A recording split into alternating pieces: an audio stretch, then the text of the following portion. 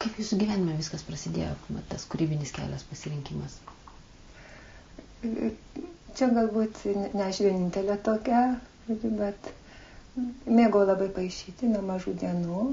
Aišku, ten iš pradžių galėlių pavidalų, nameliais ten ir taip toliau. Ir galbūt paskatino, kad stoti į dailės mokyklą. Mamytė nuvedė mane. Ir kažkaip labai toks tradicinis mano kelias tas dailės mokykla.